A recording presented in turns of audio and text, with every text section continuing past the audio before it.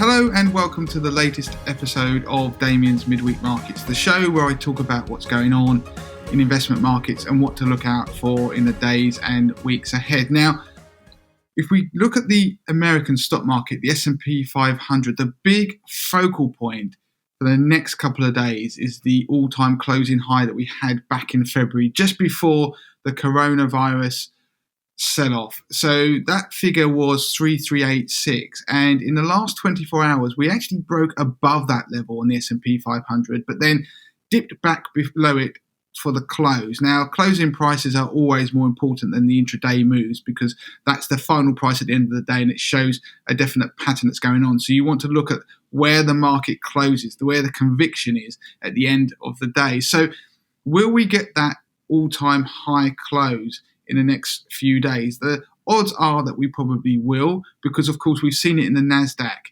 already in the US. So it always felt like the S&P 500 was playing catch up. Now, if we don't, then you're going to start hearing stories about double tops, which is a technical sign where if the market hits a level, retests it, so it hits a level, falls, retests that at a later date, and then fails again, then that double top can be a sign that the market is about to roll over. So that would be something that the bears out there would love to see, given that most of them will have missed out on this rally that we've had since the lows in March. Now, we've seen a lot of changes in markets actually in the last few weeks, and probably the last 2 months, to be honest. There's been a lot of momentum driving the market. So if you recall last week, I said that if you owned tech stocks, if you owned government bonds, particularly in the US and the UK, and if you owned gold, then you've been doing very well indeed with a relatively low exposure to equities within your portfolio. But I then mentioned that the trend is your friend until it's not.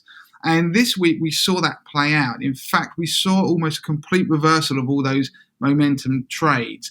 And we saw bonds sell off quite aggressively. We saw gold sell off very aggressively. It fell 5% in a single day after hitting about $2,070 per ounce. And it fell around 5% in one particular day within a 24-hour period.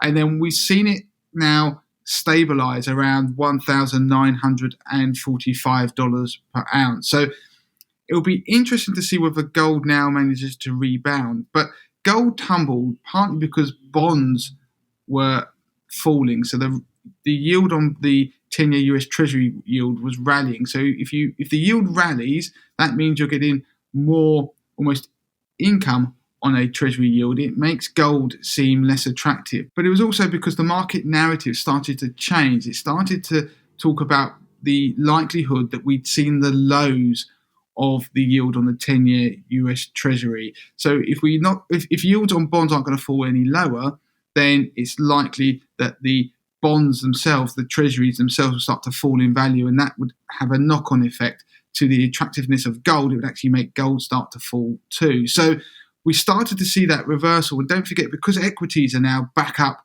towards their all-time highs in America, then the haven assets were starting to see some selling pressures as people started to pile more into equities.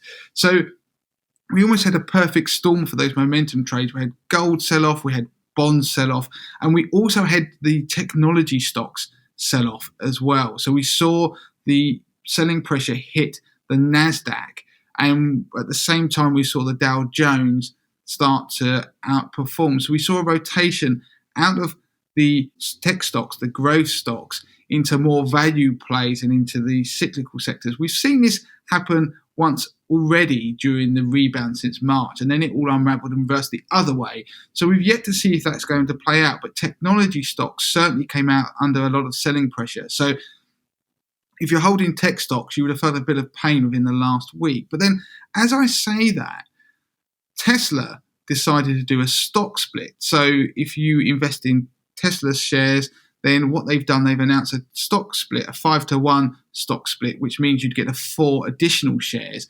The total market cap of Tesla will stay the same.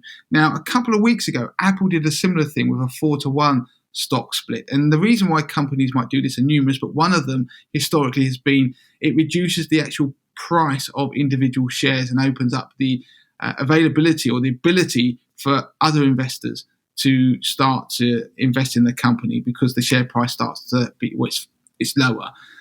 Of course, you can now own parts of a share via the trading platforms that exist, but ultimately it's seen as a positive move for the share price. And if you looked at what happened after Apple did a stock split, their share price rallied 5% on the news. Well, Tesla, it rallied 13% yesterday. So and we're seeing some positive moves today as well. So what that did is, if you go back to last week's show, I started to talk about the NASDAQ 100 and this support line of a 20-day moving average.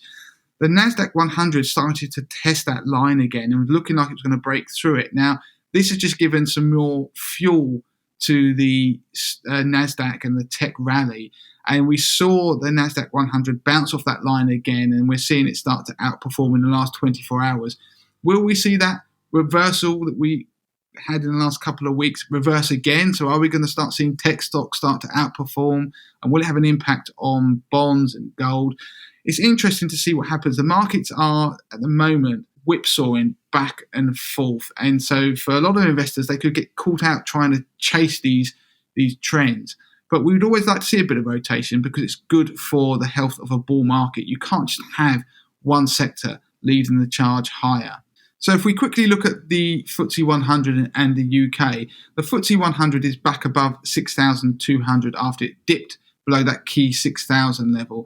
It's still being held back by the strength of the pound versus the dollar. The dollar is still weak, and so the pound-dollar exchange rate is still around $1.30. So that's always going to hold it back a bit. We've seen European equities rebound slightly, but they're still lagging their US counterparts when you look at the year-to-date performance. And of course, throw into the mix that the UK has now officially entered recession. It perhaps surprises some people that the pound is as high as it is at the moment. Now, if we look forward to August, it will be interesting to see what happens because August is traditionally good for UK government bonds. So we could see the yields fall on the US 10-year Treasury and the UK gilt yield because that's also rallied in the last week or so. So we could see a move back into government debt. That'd be interesting to see whether that actually happens based on history.